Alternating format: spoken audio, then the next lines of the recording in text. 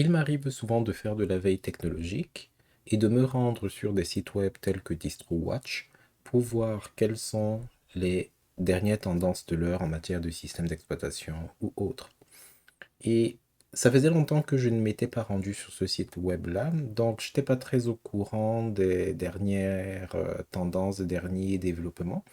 Et j'ai constaté, à ma grande surprise, qu'une distribution trônait fièrement dans les premières places du classement. Il s'agissait d'Endeavour OS. Moi, personnellement, je n'en avais pas entendu parler du tout. J'ai donc été surpris de l'avoir positionné à cet endroit. J'ai donc décidé d'effectuer un test, histoire de voir qu'est-ce qui pouvait bien pousser les gens à plébisciter cette distribution en si peu de temps.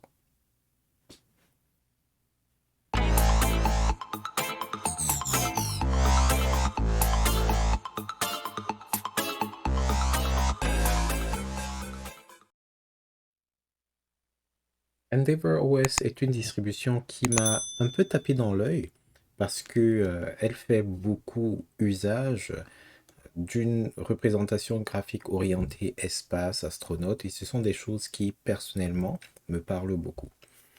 Autre chose que j'ai remarqué et qui m'a beaucoup frappé, c'est le fait que Endeavour se définisse comme étant une distribution centrée sur les terminaux. Cela laisse souvent présager d'une distribution peut-être faite pour des spécialistes. Je dis que ça laisse présager. Comme on va le voir un peu plus tard, ce n'est peut-être pas totalement le cas, parce que le terminal, bien qu'il fasse peur à de nombreuses personnes, c'est quelque chose de relativement simple, une fois qu'on s'est habitué à ces mécanismes de base. Et Endeavour s'affirme clairement comme étant une distribution qui est vraiment orientée terminal.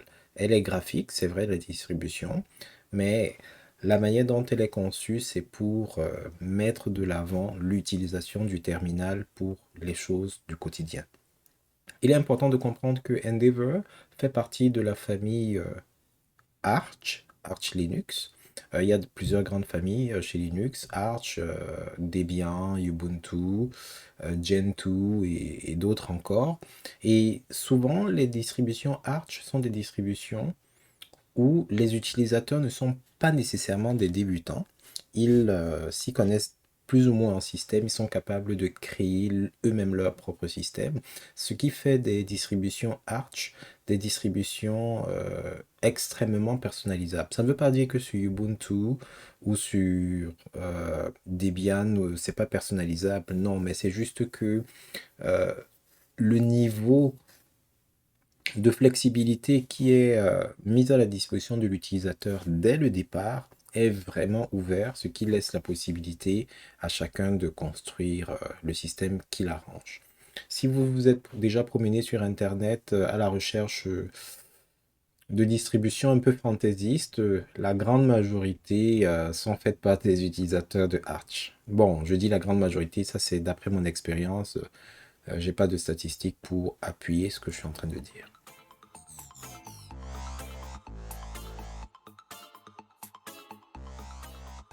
En termes maintenant d'exigence système, ça va beaucoup varier parce que Endeavour est compatible de base avec plusieurs environnements de bureau.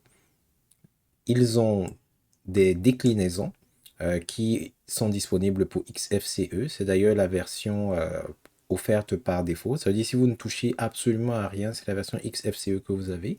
Si vous procédez à l'installation offline sans connexion Internet, c'est également la version XFCE qui va vous être offerte. Tandis que si vous utilisez la version online, vous avez la possibilité, pendant le processus d'installation, de choisir d'autres environnements de bureau tels que Mate, Cinnamon, GNOME, Plasma, Budgie, LXQT, i3, BSPWM et Sway. Chacun de ces environnements de bureau vient avec son lot d'applications ainsi que ses exigences physiques ou infrastructurelles, mais vous pouvez constater que ce sera pas mal autour de 4 Go de RAM pour une expérience à peu près convenable. Je vous dirais cependant que Peut-être que sur une machine physique, ce sera différent, mais j'ai effectué quelques tests dans la machine virtuelle et Plasma, euh, avec 4 Go de RAM, c'est pas top. C'est vraiment pas top. Les autres environnements, c'est correct, mais c'est vraiment pas top. Au moins au démarrage. Bon, une fois que le système s'est lancé, bon, c'est pas si mal, mais 4 Go, c'est vraiment pas top. Et d'ailleurs, si vous voulez voir comment est-ce que nous avons procédé à l'installation de Endeavour OS dans une machine virtuelle, vous pouvez toujours consulter la capsule que nous avons faite à cet effet. Nous nous sommes même amusés à installer l'intégralité des environnements de bureau qui sont livrés avec Endeavour OS. Ça nous a entre autres permis de réaliser la capsule sur les environnements de bureau. Donc vous pouvez consulter ces deux capsules-là aussitôt que vous en avez l'occasion.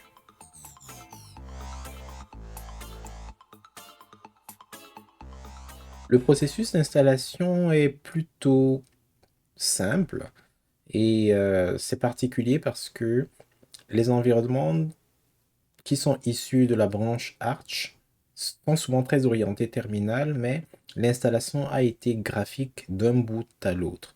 Et elle a été très bien faite parce que Calamares, la version qu'ils ont utilisée pour procéder à l'installation, offre de petites interactions qui nous permettent de choisir de manière interactive qu'est-ce qu'on voudrait que notre système soit en termes de paquets, d'une part, mais aussi et surtout en termes d'environnement de bureau. Dans l'installation que nous avons faite au niveau de la machine virtuelle, je ne sais pas si c'est parce que nous avons fait quelque chose que nous n'aurions pas dû faire, mais nous avons installé l'intégralité des environnements de bureau. Et ce qui s'est passé, c'est que lors du démarrage, ben, ça ne fonctionnait pas tout à fait bien. Il a fallu que on réactive certains services. J'ose imaginer que si on avait installé juste un environnement de bureau ou deux, ça aurait été correct, mais on les a tous installés. Ça a peut-être créé de quoi, à moins qu'il y ait un bug dans le processus d'installation. Là, on ne l'a pas vérifié parce qu'on n'a pas réinstallé.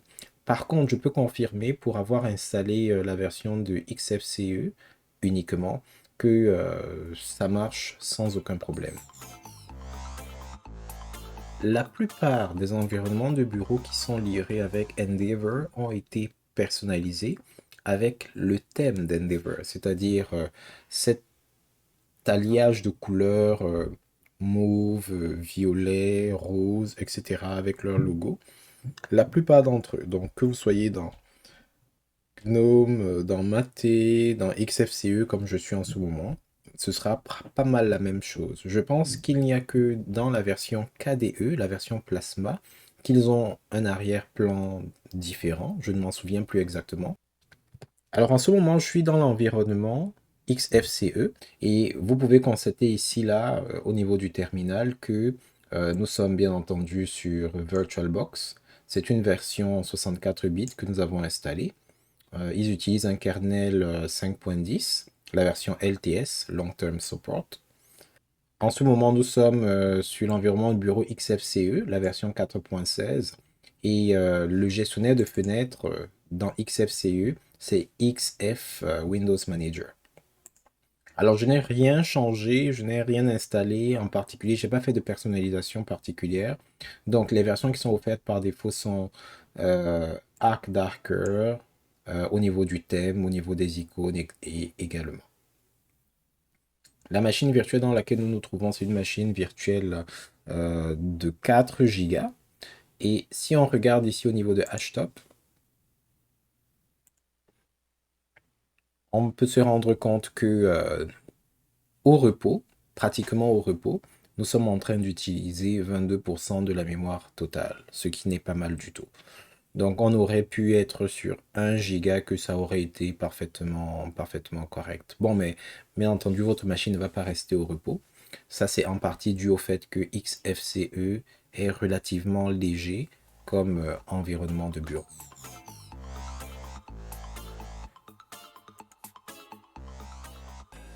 Les environnements de bureau peuvent être configurés de tellement de manières, mais par défaut, ici dans Endeavour OS, XFCE a sa barre de tâches complètement ici en bas.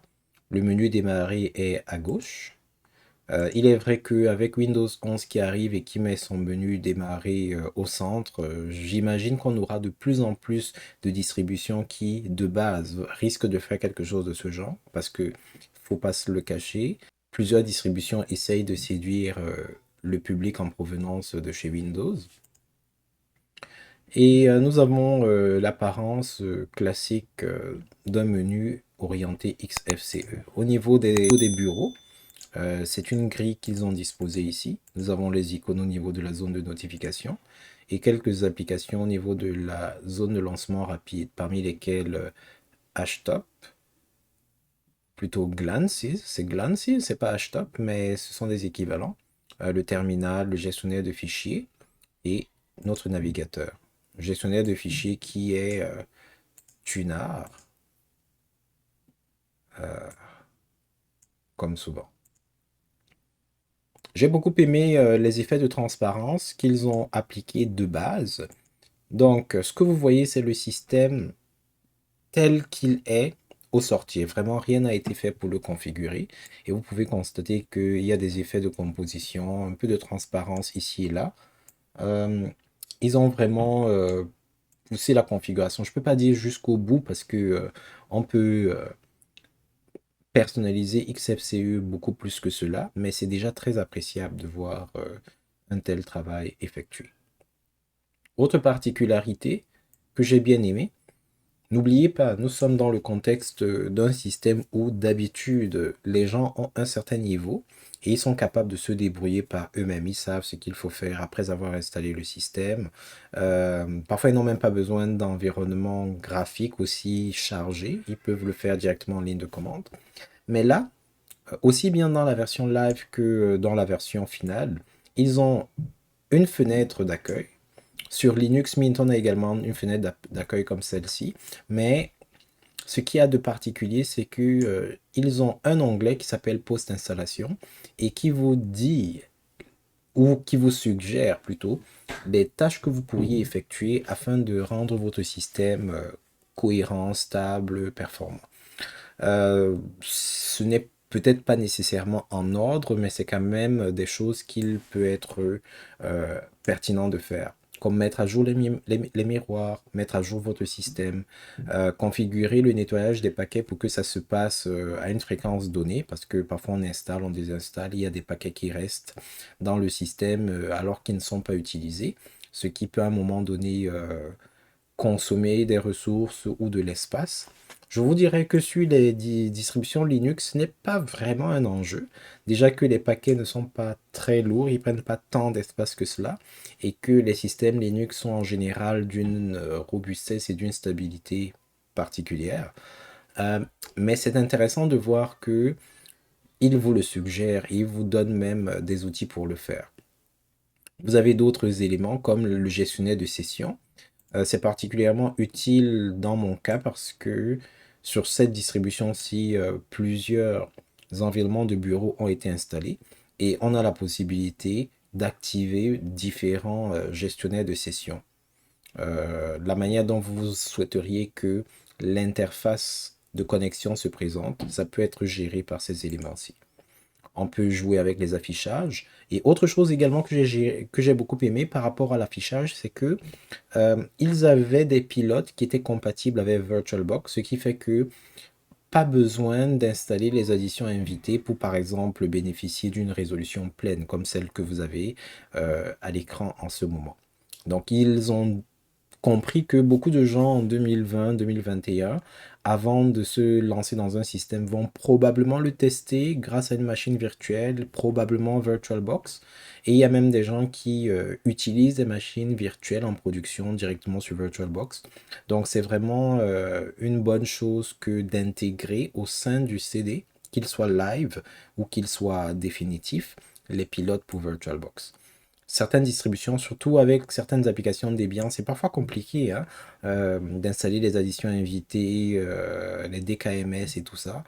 Alors c'est une petite pensée que j'ai beaucoup appréciée. Alors bien entendu, changer le fond d'écran, télécharger plus de fonds d'écran d'Endeavour OS. Et je ne vous cacherai pas que c'est ce petit bouton-ci qui a inspiré une autre de mes capsules qui est relative à la récupération ou l'acquisition de l'intégralité ou alors de la quasi-intégralité des papiers peints d'une distribution, ou du moins les papiers peints qui sont dans les dépôts de votre distribution. Donc si vous aimeriez garnir votre répertoire de papier peint, vous pourrez toujours regarder cette capsule-là. Ici, vous avez la possibilité de passer au thème original de XFCE, si jamais cette personnalisation-ci ne vous plaît pas, ou de revenir au thème Endeavour OS configuré, comme c'est le cas ici, avec les couleurs, les papiers peints orientés, etc. Alors, ils ont également des assistants ici, là, qui peuvent vous permettre de mettre à jour le système. C'est pas mal la même chose que ces éléments-ci. Au niveau des packs diff également, les catégories d'applications, parcourir les paquets AUR. Ça peut vous permettre de voir quels sont les paquets qui sont disponibles et puis de les installer avec Yay.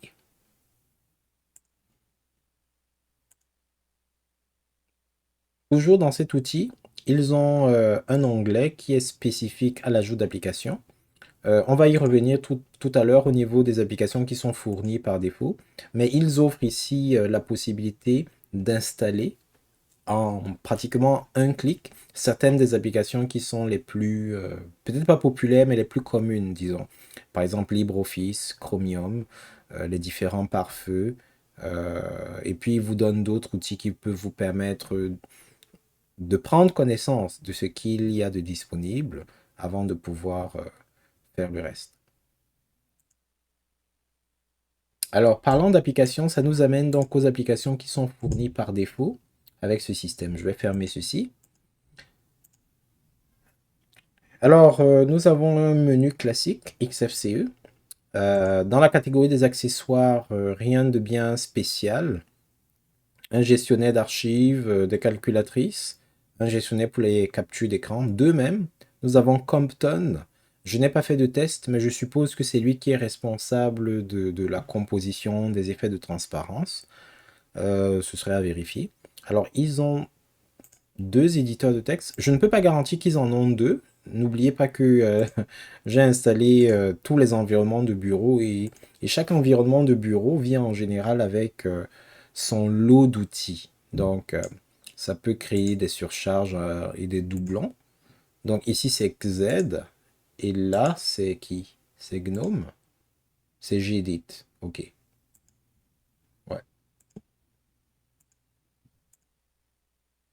Alors, je vais peut-être mettre un petit bémol. Ça se peut que si vous installez normalement votre distribution Endeavour OS, que vous n'ayez pas nécessairement toutes ces choses que je vais présenter ici. Peut-être que les doubles qu'on rencontre là, c'est juste parce que moi, pour des raisons expérimentales, j'ai installé tous les environnements qui étaient disponibles. Alors, encore une autre calculatrice. Gestionnaire de fichiers Pacman, PCman FM. J'aurais tendance à dire que ça, c'est celui qui vient avec LXQT. Mais par défaut, ici, c'est Tunar au niveau du gestionnaire de fichiers. Ouais, c'est Tunar. Donc, les autres que vous voyez, ce sont les conséquences d'installation multiples. Là, ça doit être pour GNOME. Voyons donc. Fichier. Ah non, c'est fichier. Bref. Alors ça, c'est pour les accessoires. Dans Autres quantile, ça c'est pour gérer les scanners. Au niveau de la bureautique, ils n'ont rien mis du tout. Ou plutôt, quand je dis rien mis du tout, ils n'ont pas mis de suite bureautique au sens où on l'entend. Ils ont Okular et un visionneur de documents. Ça fait donc que si vous avez des besoins bureautiques, il vous faudra installer la suite bureautique de votre choix. Nous avons une capsule qui parle de quelques-unes des options que vous avez en termes de suite bureautique lorsque vous voulez travailler sous Linux. Au niveau du développement, euh, pas grand-chose, si ce n'est mail, de graphisme. Là, ça m'a un peu surpris. C'est devenu pas mal un standard d'avoir dans les distributions Linux GIMP et Inkscape. Et ce sont des éléments qui ne pèsent pas tant que cela. Donc je trouve surprenant qu'ils ne les aient pas inclus. Mais d'un autre côté, c'est quand même une distribution Arch. Et l'une des caractéristiques de Arch, c'est vraiment laisser à l'utilisateur le soin de décider ce qu'il veut mettre dans son système depuis le début. Donc ça fait quand même du sens, c'est conforme à leur philosophie globale. Ceci dit, sachant qu'ils ont mis autant de temps et d'énergie à personnaliser et à rendre le système utilisable par l'utilisateur moyen, voire débutant, je me serais attendu à voir du GIMP ou du Inkscape ici à l'intérieur. De même que du LibreOffice là. Mais bon. Internet, les éléments traditionnels comme par exemple Firefox, mais pas plus. On n'a même pas de téléchargeur, pas de gestionnaire de torrent, euh, pas de gestionnaire de courrier électronique comme Thunderbird par exemple. Mais c'est probablement pour les raisons que j'ai évoquées précédemment. On a un certain nombre de lecteurs de musique. Alors moi j'en ai plusieurs. Je suis pas capable de vous dire quel est celui qui est vraiment venu avec XFCE. J'ai installé tellement de choses. Alors bien entendu, comme d'habitude, j'essaye de franciser la distribution. Dans l'ensemble, à date, ils ont fait du bon travail. Du moins, je n'ai rien vu de flagrant, des traductions un peu bancales. Ça semble correct. J'ai quand même vu quelques éléments en anglais ici ou là, mais bon, bref. Parfois les traductions ne sont pas parfaites.